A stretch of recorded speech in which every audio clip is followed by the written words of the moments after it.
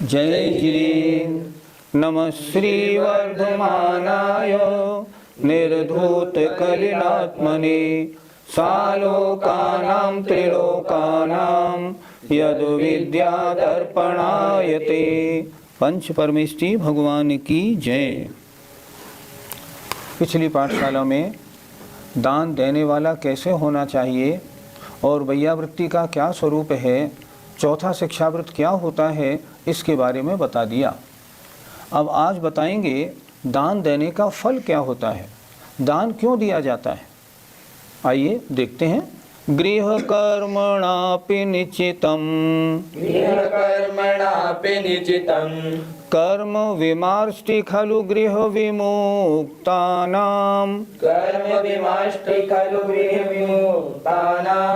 अतिथीनां प्रतिपूजा रुधिरमलं धावते वारी। बोलिए। गृह कर्मणापि निश्चितं कर्म विमर्शि खलु गृह विमुक्तानाम् अतिथीनां प्रतिपूजा रुधिरमलं धावते वारी। दान का फल क्या होता है। गृह कर्मणापि गृहस्थी के कर्मों से भी निश्चितम संचित एकत्रित कर्म विमार्ष्टि नष्ट कर देता है खलु निश्चय से गृह विमुक्ता नाम माने मुनियों को, अतिथि नाम जो अतिथि मुनि हैं उनको, प्रतिपूजा अर्थात उनकी पूजा, उनको दान देना वह। जैसे वारी जल रुधिरमलम धावते, जैसे वारी माने पानी खून को धो देता है, उसी प्रकार। क्या कहना चाह रहे हैं आचार्य। कहीं खून लग जाए किसी वस्त्र में, उसको धोने के लिए हम पानी से धोते हैं तो वो खून धुल जाता है। उसी तरह गृहस्थी में पंचसूना करने पड़ते हैं, झाड़ना कूटना पीसना पानी बुहारी बराबर करने पड़ता है। और उस आरंभ से जितने पाप कर्म एकत्रित होते हैं वो सारे पाप कर्म मुनिराजों को, इन अतिथियों को दान देने से ऐसे धुल जाते हैं जैसे खून पानी से धोया जाता है। ये कह रहे हैं। जरा देखिए एक बार। गृह विमुक्ता नाम मुनियों को, जो अतिथि हैं उनको दान देना।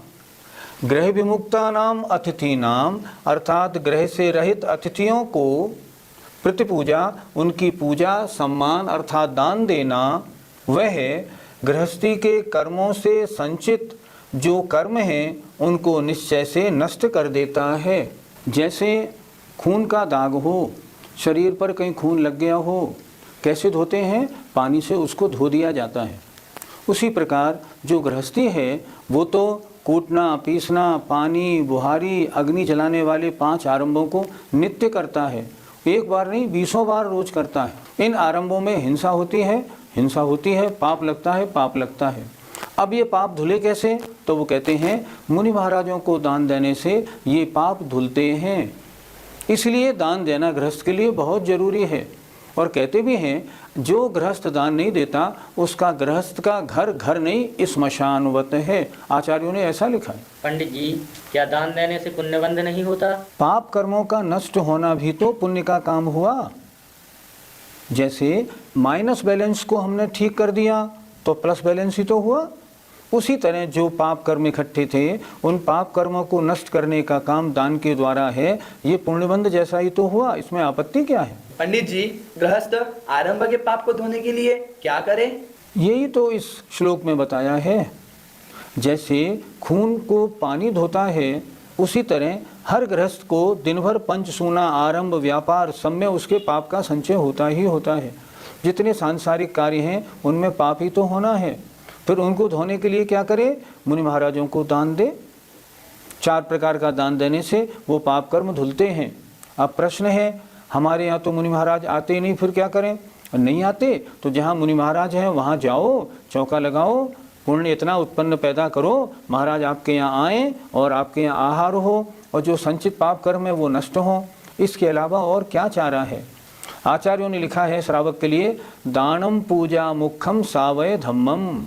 श्रावक धर्म में 2 बात मुख्य हैं, एक तो दान दो, वो भी पहले लिखा है दान को, दान दो और भगवान की पूजा करो।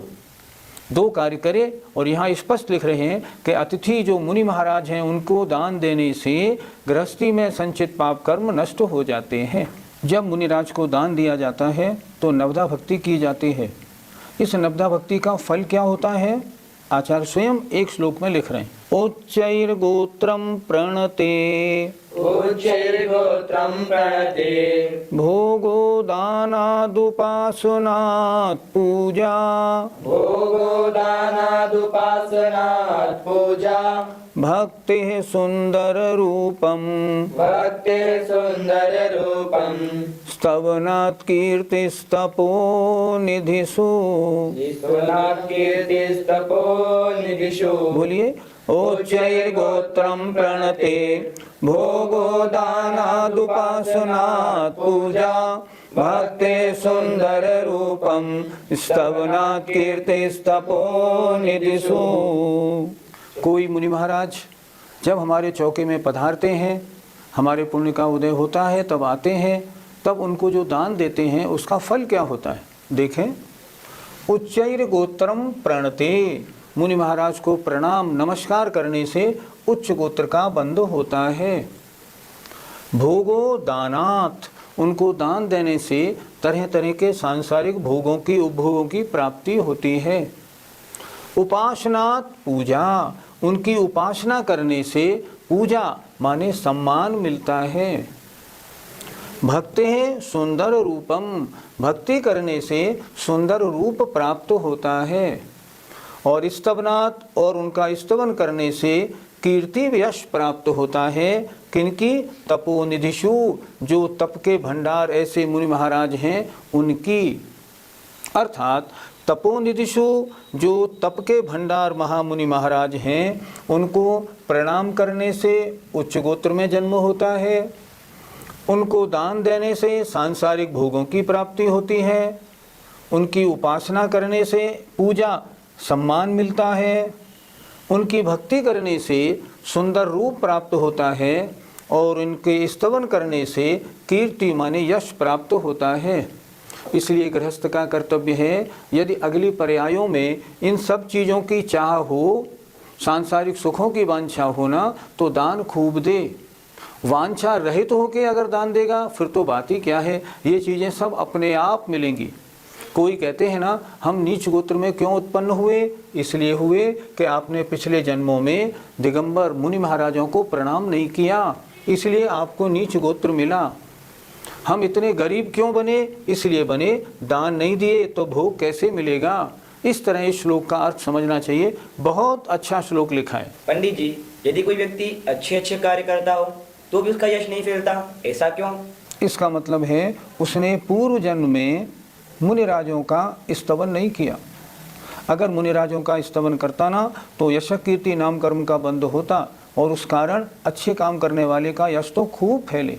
लेकिन मुनि महाराजों को दान तो दे, अगर दान नहीं दिया है तो यश कैसे मिलेगा। पंडित जी, मुनि राजों को प्रणाम करने से क्या होता है? मुनि राजों को प्रणाम करने से, श्लोक में लिखा है उच्चैर गोत्रम प्रणते, प्रणाम करने से उच्च गोत्र प्राप्त होता है। अर्थात राजा, बड़े बड़े सेठ साहूकार और ऊंच चक्रवर्ती इत्यादि में जन्म किस कारण से होता है, मुनि महाराजों को दान देने से।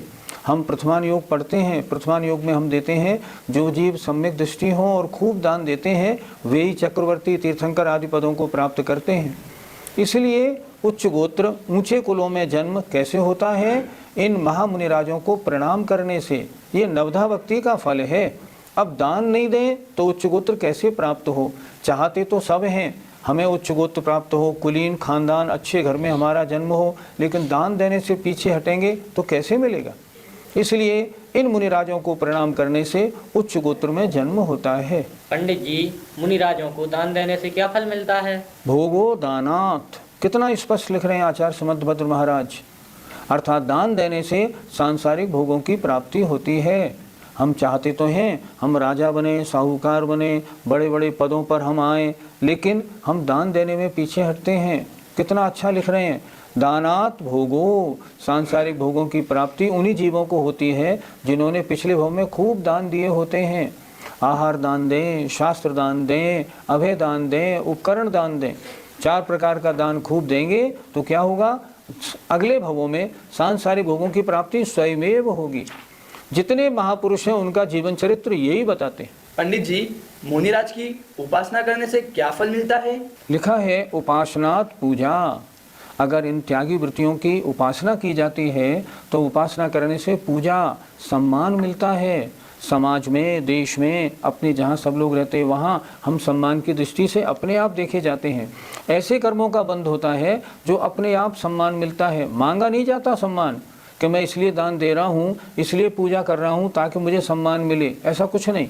लेकिन जो इन वृत्तियों की, त्यागियों की, मुनिराजों की उपासना करने वाले होते हैं, जो नवदा भक्ति पूर्वक इनको आहार देते हैं, अगले जन्मों में और इस जन्म में भी उनका बहुत समाज में बहुत सम्मान, देश में बहुत सम्मान होता है। पंडित जी, सुंदर रूप की प्राप्ति किस कारण से होती है? लिखा है भक्ते सुंदर रूपम। जो इन आचार्य उपाध्याय साधु परमेष्ठी की वृत्तियों की, त्यागियों की भक्ति करते हैं, उन्हें अगली पर्यायों में अपने आप सुंदर रूप प्राप्त होता है। पहले हरवंश पुराण पढ़ा था तो उसमें पढ़ने को मिला बलदेव कितने सुंदर थे कि जब वो नगरी में निकलते थे तो सारे स्त्री पुरुष अपना काम छोड़ के उनको देखने लगते थे। लेकिन हम ये भी तो देखें उन्होंने पूर्व जन्म में क्या किया। उन्होंने पूर्व जन्म में खूब दान दिया, खूब भगवान की पूजा की। नतीजा क्या हुआ? उनको बहुत सुंदर शरीर मिला। जितने भी ये 63 शला का पुरुष होते हैं ये अत्यंत सुंदर, संस्थान भी नंबर 1 और सैनन भी नंबर 1 उसके होते हैं। कारण क्या है? पूर्व जन्म में इन्होंने खूब दान और पूजा की होती है। जो दान करते हैं उनको सुंदर रूप मिलता है। पंडित जी, शास्त्र दान देने से क्या फल मिलता है?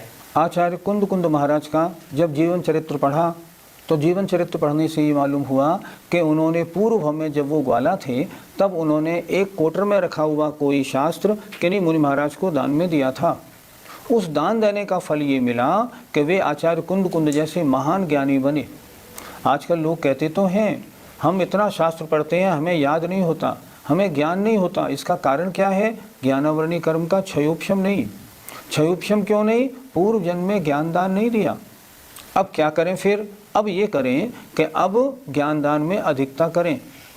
ज्ञान दान में अधिकता के लिए क्या किया जाए? अपने शहर में शास्त्र पढ़ाने वाली, लोगों को धर्म सिखाने वाली पाठशालाएं खुलवाएं। ऐसे शास्त्रों को वितरित कराएं जिन शास्त्रों के पढ़ने से लोगों में धर्म की वृद्धि हो। उन पाठशालाओं में पुरस्कार वितरण कराएं। पाठशाला में जो अनुपस्थित रहें उनको घर से बुला के लाएं। शास्त्र बंटवाने में सबसे आगे रहें। ऐसे कार्य अगर करेंगे तो अगले जन्मों में ज्ञान अपने आप क्षयोपशम बहुत अच्छा होने से आएगा। इसलिए ज्ञान दान देने से, शास्त्र दान देने से ज्ञान बहुत अच्छा, ज्ञान का क्षयोपशम मिलता है। पंडित जी, औषधि दान देने का क्या फल होता है? औषधि दान देने से निरोग शरीर प्राप्त होता है। आज जो भी बीमार लोग, जो भी काने कुबड़े आदि लोग दिखाई पड़ते हैं, ये क्यों दिखाई पड़ते हैं? ये बीमार लोग हैं। क्यों? इन्होंने पहले जन्मों में औषधि दान नहीं दिया। क्या करें? औषधि दान दें ताकि आगे ऐसी नौबत नहीं आए। जिन्होंने पूर्व जन्मों में अच्छी प्रकार से औषधि दान दिया है वे इन जन्मों में बिल्कुल निरोग शरीर के धारी और अच्छे प्रथम वज्रवृषभ नाराज जैसे संगनन के धारी होते हैं। इसलिए औषधि दान जरूर देना चाहिए, पर इतना ध्यान रखें औषधि दान क्या होता है। पहली बात तो जो हमने 3 प्रकार के पात्र बताए थे, उत्तम, मध्यम, जघन्य, उन पात्रों को शुद्ध दवा, शुद्ध इलाज कराना। उनकी जो बीमारी है उसकी जानकारी करके जैसे बने वैसे शुद्ध दवा से उनके इलाज कराने से शास्त्रदान, महान शास्त्रदान होता है। ये है विधि। अशुद्ध दवाई से इलाज कराने से ये शास्त्रदान नहीं होता। औषधि दान देने से साता वेदनी का बंद होता है। इससे शरीर में किसी रोग के आने का कोई प्रसंग नहीं उठता। शारीरिक शक्ति अच्छी मिलती है। वीर्यांतराय का क्षयोपशम बहुत बढ़िया होता है। सहनन भी बहुत अच्छा, उत्कृष्ट सहनन मिलता है। इसलिए औषधि दान खूब देना चाहिए, परंतु ये ध्यान रखना चाहिए औषधि शुद्ध हो और सही पात्र को दी जाए। पात्र 3 प्रकार के, उत्तम, मध्यम, जघन्य, उन पात्रों को अगर औषधि दी जाती है बहुत अच्छी तरह फलती है। एक बात और देखें, 100 अजैनों का इलाज कराने की बजाय एक जैन का इलाज कराना बहुत महत्वपूर्ण है, और 100 अव्रती जैनों का इलाज कराने की बजाय एक व्रती या साधु का अगर इलाज कराएं तो बहुत महत्वपूर्ण होता है और 7 पुण्य का बंद करता है। अगर किसी साधु की रोग दूर करने का अवसर मिल जाए ना, तो पूरी कोशिश करके उनको औषधि दान देने का प्रयत्न करना चाहिए। ऐसे अवसर कहाँ मिल पाते हैं। जब हमने श्री कृष्ण जी का जीवन चरित्र पढ़ा तो उसमें देखा कि उनको तीर्थंकर प्रकृति के बंध में सबसे ज़्यादा कारण क्या पड़ा, वैयावृत्य करना। वो किन्हीं मुनिराज को अगर कभी भी अस्वस्थ देखते थे ना, तो हर प्रकार से उसके इलाज में जुट जाते थे। नतीजा क्या बना, महान पुण्यशाली जीव बने। और आगे उसी वैयावृत्ति के कारण, दर्शन विशुद्धि सहित होने के कारण अब तीर्थंकर बनने का प्रसंग आएगा। पंडित जी, अभयदान देने से क्या फल मिलता है? अभयदान देने से अद्भुत शक्ति प्राप्त होती है। अभयदान देने का मतलब साधु महाराज आदि के रहने के लिए उचित स्थान की व्यवस्था, उनके लिए रहने की व्यवस्था आदि सब व्यवस्थाएं अच्छी प्रकार करना। बिहार में ऐसे बिहार कराना ताकि उन साधु महाराज को किसी तरह की कोई आपत्ति नहीं हो। आवास दान कहो या अभयदान कहो, बात तो एक ही है। अभयदान होता कैसे है? अभयदान जीव मात्र की रक्षा का भाव रखने से अभयदान होता है। और जो जीव अभयदान देते हैं उनके अद्भुत शक्ति अगले जन्मों में प्राप्त होती है। सारांश क्या है? सारांश ये है, नवदा भक्ति पूर्वक जो मुनिराजों को, जो वृत्तियों को, साधुओं को आहार आदि दान देते हैं, उनको अगले जन्मों में उस नवदा भक्ति के कारण सारे सांसारिक सुखों की प्राप्ति अपने आप होती है। इसलिए श्रावक को चाहिए कि जब भी दान का अवसर पड़े तो बिल्कुल सबसे पहले तैयार रहे।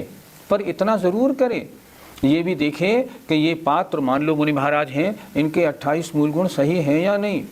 अगर ऐसे मुनि महाराज हैं जो एसी में रहते हैं, पंखे में रहते हैं, फ्लश में निपटने जाते हैं, पैसे इकट्ठे करते हैं, श्रावक के घर में रहते हैं, ऐसे मिलते हैं ना, तो उनको अगर दान देंगे तो क्या होगा, कुभोग भूमि मिलेगी। शरीर मनुष्य का और ऊपर का मुख होगा बंदर का और भालू का। इसलिए पात्र की पहचान करें और योग्य दान दें। जय जिनेंद्र।